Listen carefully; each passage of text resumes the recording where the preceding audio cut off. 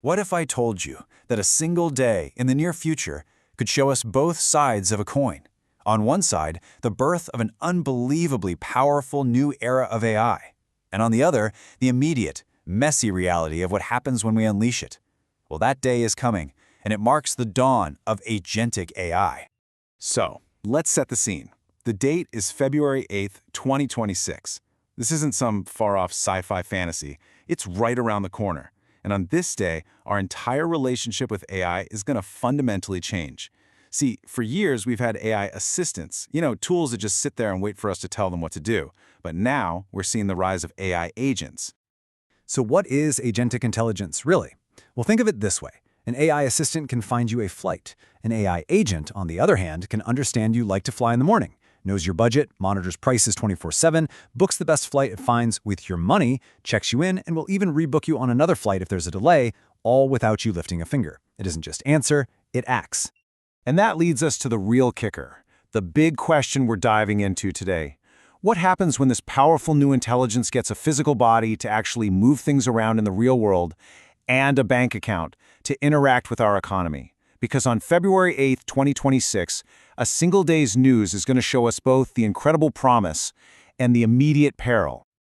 Okay, first, let's look at the promise side of things. And you have to see the sheer scale, the ambition involved in building the foundation for this whole new autonomous future. Let's start with a number, $20 billion. What on earth could possibly cost that much? It's not a new city, it's not a mission to Mars, it's the price tag for the brain of the next generation of AI.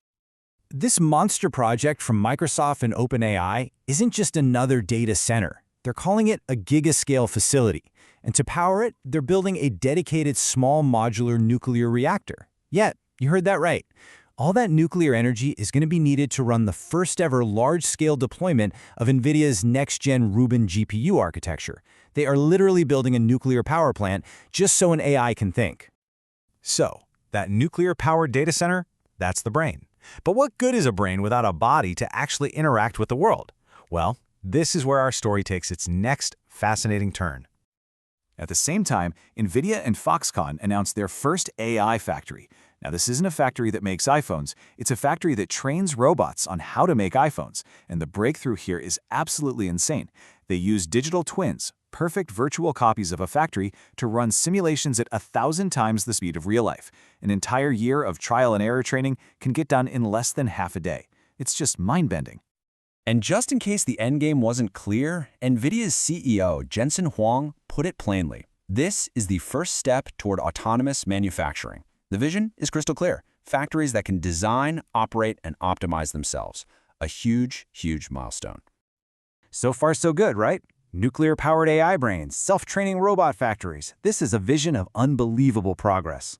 But, and this is a really big but, what happens when this exact same agentic power, this ability to act on its own, leaves the controlled environment of a factory and gets dropped right into the Wild West of the internet, into your web browser?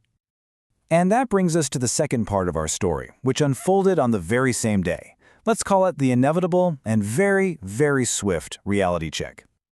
On the very same day that these epic projects are making headlines, Google Chrome's shiny new agentic mode runs into a massive problem. And it didn't take long to find. A major security vulnerability was discovered in just 24 hours, less than a day. So the exploit was a really clever hack called prompt injection.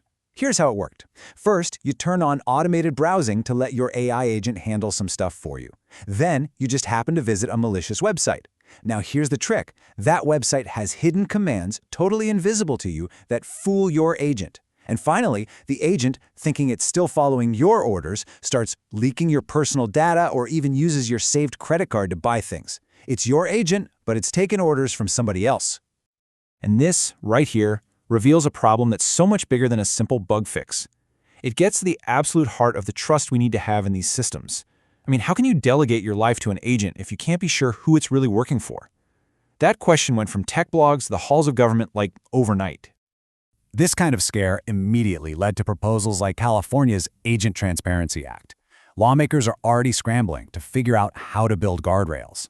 The proposed law would force an AI agent to tell you two key things: who its primary logic provider is, so you know if it's running on GPT-5 or something else, and, maybe more importantly, any financial kickbacks it gets. So if your agent suggests a flight, it would have to tell you, just so you know, I get a 5% commission from this airline if you book. It's an attempt to make its motivations totally transparent. So, we've seen the two sides of this one incredible day: monumental progress and immediate, scary peril. What does this all mean for the path forward? This quote from a technologist summing up the day's events just nails it perfectly. The NVIDIA news, a huge milestone. The Chrome exploit, a sobering reminder. But here's the key part. As we delegate more agency, the security stakes rise exponentially. In other words, the more power we give these agents, the more catastrophic the failures can become. And this is really the ultimate takeaway from our deep dive into February 8th, 2026. Progress and peril aren't two separate steps on a ladder. They are happening at the exact same time. They're advancing in lockstep. We are building these incredible, world-changing autonomous systems while simultaneously discovering just how fragile they can be. This constant tension is what's going to define this entire next era of technology. All of this leaves us with one final and maybe unanswerable question. We're giving AI agents power in the physical world, power in the digital economy. We are giving them agency. But as we do all that, we have to keep asking ourselves, who is truly in control?